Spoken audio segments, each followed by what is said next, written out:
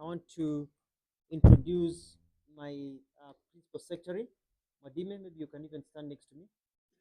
You know, amevaa vizuri sana, si yuko smart? Mpige makofi, yuko sawa, yuko sambamba. It's Friday, so we dress down as government on Fridays. So karibu sana. Uh, PS Madime is a very, very efficient Madime. I'd like to say that today I'm very proud to be here because we are seeing off a group of people traveling. The people who are traveling have been traveling basically every week. Since we launched all these recruitment, people are traveling out of this country every week. And so just because Mutua does not come and launch them and show you they're traveling does not mean that they're not traveling. When I travel every single week, people are traveling. People get their visas, their tickets are bought, they travel every week.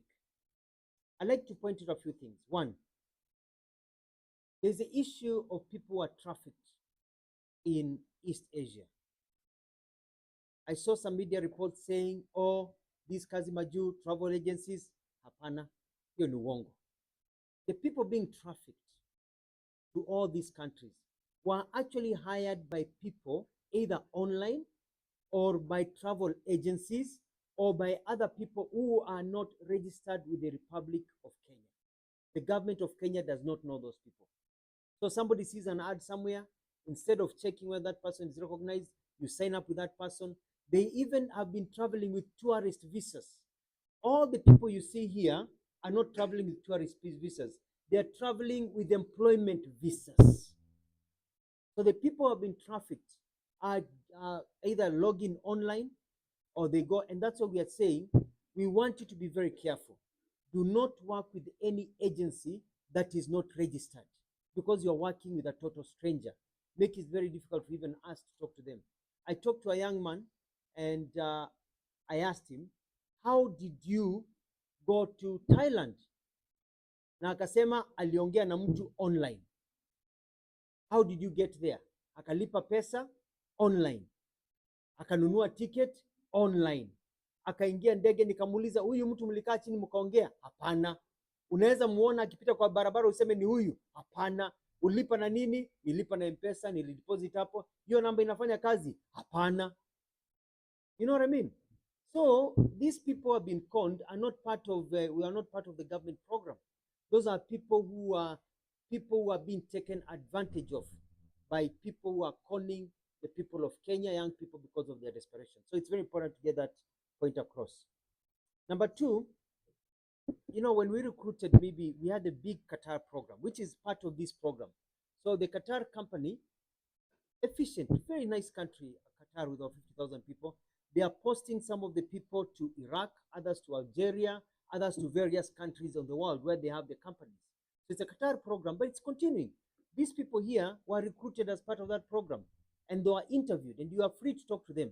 They were interviewed by the people from Qatar, and they're being posted to other places. So it's an ongoing program that is ongoing. And when people are recruited, it doesn't mean you are recruited today, unapata kazi, unaenda kesho. There's a process. You have to do your medicals, and then the country has to prepare the visas when they have a slot for your accommodation and everything. If the country says, wait for 2 months, wait for 3 months, we are not ready because maybe tulikuwa najenga building where you're going to work, it is not ready, you're going to be a driver, you're going to be this, you wait, then you wait. And we've made it very clear. If you don't want to wait, you get back your money, you stay. That slot goes to somebody else. Very, very simple.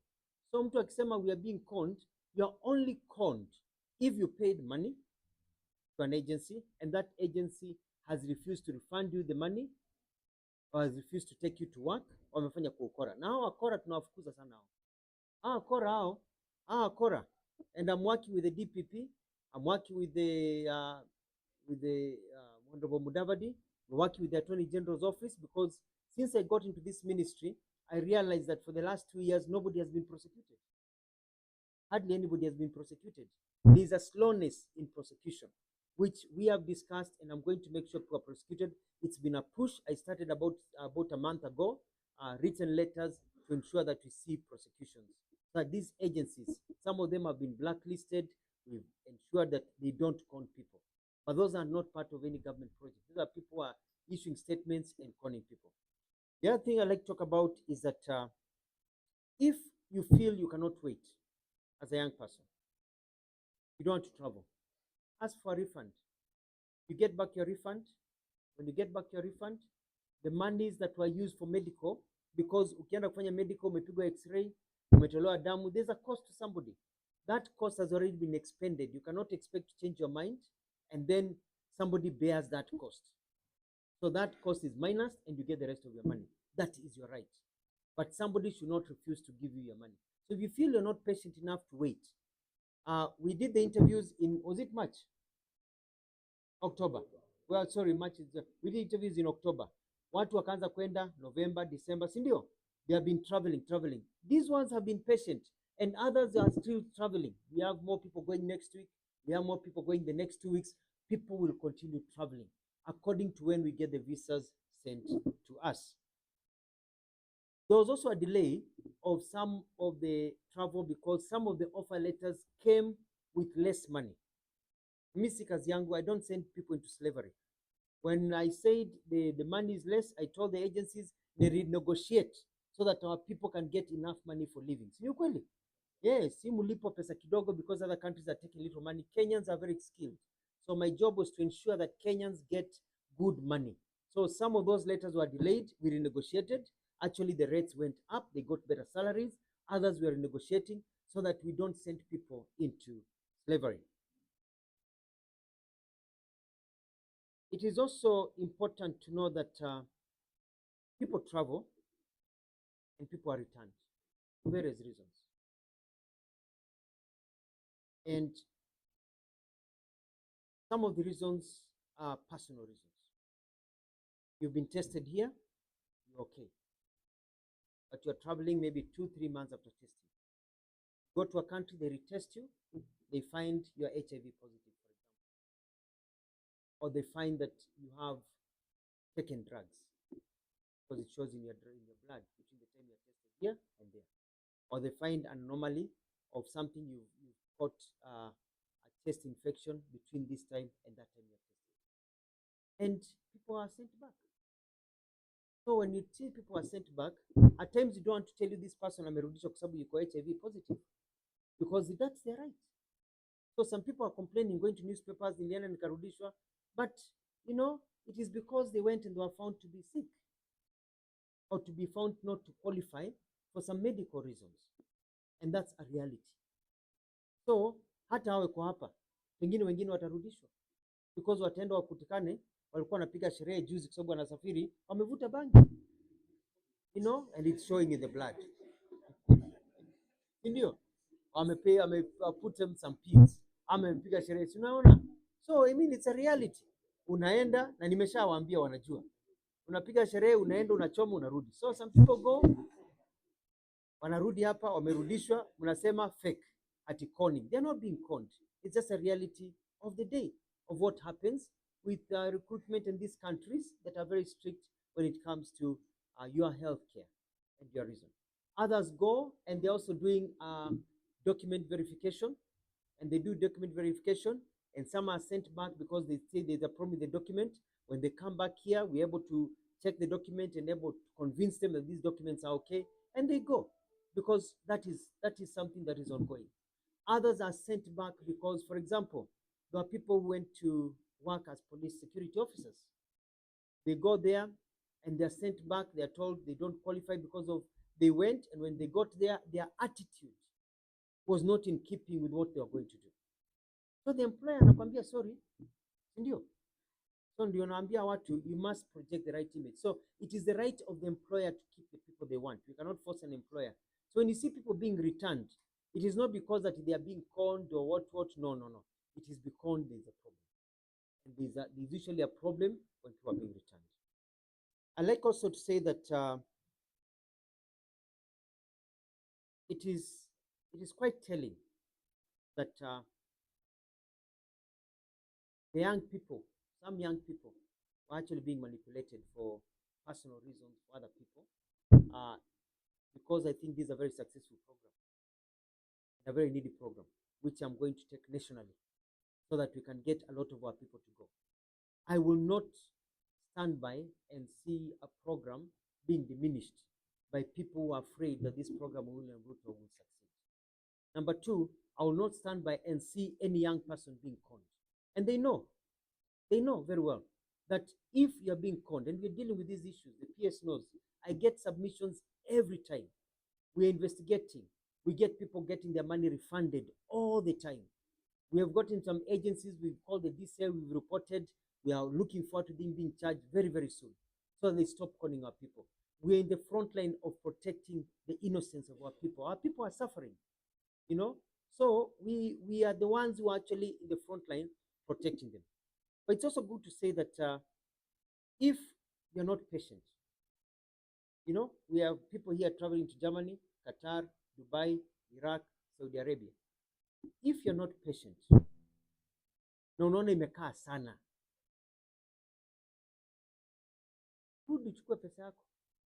Hii kupiga kelele, kuandamana, kimbia kwa media ni haki yako, lakini it's actually very good for me, because nikiona ukifanya hivyo nasema phew, because huko ngambo nikienda wanalalamika about the attitude of Kenyans. I went to a country the other day, and there was a delay with a government program involving many people from many countries, including our neighbors, from Ethiopia, from Uganda, from Zambia, from Malawi, people from outside the continent, from Ghana, sorry, from Nigeria, and then people from outside the continent, from places like India, Pakistan, even people from Europe, people from Canada, South Americas, people from Bolivia. And they told me that these people, there was a delay in a government system in doing something in that country. And the delay went on for 1 week, 2 weeks, 3 weeks. And they said the delay will continue for about 2 months because they had a computer error. I was being told by a fellow minister that there was a demonstration planned and executed only by people from Kenya. And the minister said, what is wrong with Kenya? How come Ugandans? How come the others? And they say they don't want any more Kenyans for their program. I was pleading. I was saying, no, no, no, no, no. That's why I'm telling my friends here, when you go to some countries and there's a problem, other people, other countries are patient. The problem, talk to us. Say you want to come back home, we'll facilitate, we'll make sure you come back home. But if you're waiting for another country's program, and these countries where nobody has ever been demonstrating, and then you go and start demonstrating in their country, then you're not only spoiling for yourself, you're also spoiling for other Kenyans who may want to get the opportunity to travel to these countries and be able to make a livelihood.